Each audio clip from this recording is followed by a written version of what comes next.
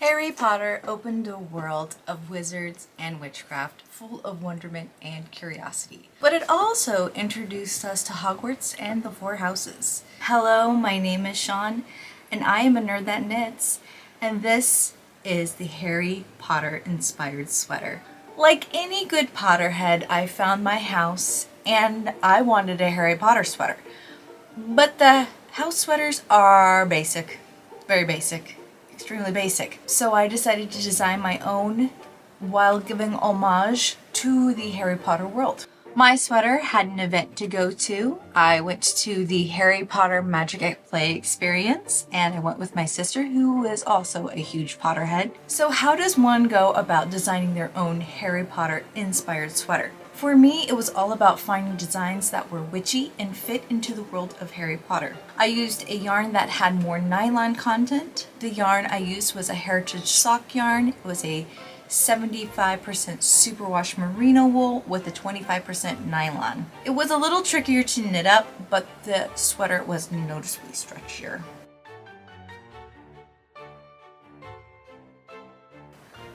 I personally wanted more items that were everyday, such as ingredients for potions that the students may forage for in the Forbidden Forest. That's why I put mushrooms, flowers, and leaves in the sweater design. Additionally, like any good D&D dungeon, or let's say the Gringotts Banks, dragons and treasure are represented. Some of these designs are harder to translate using just two colors. Because of this, I was limited in the detailing of the overall design. The dragon design I borrowed from Sandra Hager. It was the perfect size with all the design. I found dragon designs were difficult because the details were too involved. I wanted the shape versus all the detail. If you see a lot of dragon designs out there, you'll know what I'm talking about. They're gorgeous, but they were not going to be fitting in with the whole sweater motif. This diamond and gem design was modified from a video game, Pixel Icon. The design around the neck is a cluster of stars. Under the stars is an artistic rendering of the queen chess piece. But I can also see how it would look like a potions bottle. Either way, I like the simplicity of the design around the neck. The potions cauldron seems to have a huge significance in the Harry Potter series, so much that it deserves its own attention. In the Polyjuice potion instructions, you need to add an ingredient that was picked on a full moon. I would imagine that the witches from Macbeth had similar issues with their brew. I thought of these witches huddled around a cauldron and imagined a full moon. A small full moon design is hard to translate, especially with two colors, but a crescent moon gets the idea of cross. Essence of moon pouring into a cauldron, how picturesque can you get? A crystal ball, I feel, is synonymous with any fortune-telling event, right up there with tarot cards. The crystal ball is an important element in the plotline of the Harry Potter series. It is also easier to design and make small and gets the idea of cross. Ravens. I have an earnest love for this intelligent bird. It's my favorite avian. So the jewel or the crowned item is the raven homage at the bottom hem of the sweater. I am sad that the Ravenclaw item emblem couldn't have been included. The design size was too much, but perhaps for another day.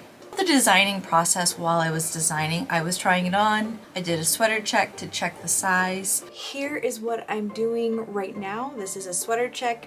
Here's what I thought it was going to look like. I was going to use the Ravenclaw diadem at the top. Then I was going to have a book that had R, and then I was thinking like a wand and like a beautiful raven. This would have been great if I was knitting the front and then knitting the back and then sewing it together, but it doesn't work if it's a top down. Maybe I should read the pattern before I start a Harry Potter sweater. Perhaps. Oh well, it's okay. This was still fun. This is still something that's definitely a good idea to do if you're planning on kind of designing your own Harry Potter sweater. So good times did not go how I expected it to go, and that's okay. So here is the sweater right now. I'm about to separate the arms. Right now it looks pretty good. These are stars from the original pattern. This is modified. This is modified, and then I don't know if you can see it, but the bottom level is also modified. That is where we're at with our sweater. And this is just, once again, a sweater check. And it's also kind of like a design check. I went to the Harry Potter Magic at Play experience. So we donned our house items and we went.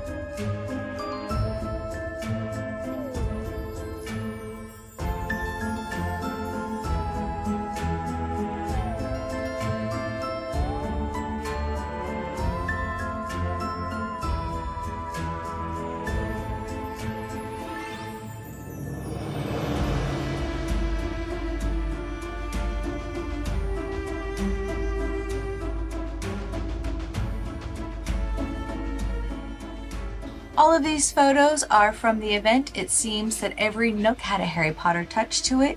We took a ton of photo and videos. My favorite rooms were the classrooms, actually. I really liked the Defense Against the Dark Arts. You also had potions, and Flitwick's classroom was beautifully done. I really liked how you could lift up a feather, and that was a really fun kind of moment. And then the Quidditch pitch was colorful and fun. It was an interactive activity. You throw the quaffle through the goalposts, so that was fun as well. So many great opportunities during the experience. great photo opportunities, so it was good for adults and kids. I was surprised and happy with this experience. It was the perfect maiden voyage for my sweater. So thank you for coming with me on this Harry Potter inspired sweater making journey. I hope that some of my processes help you make a sweater of your own, so please like, comment, and subscribe.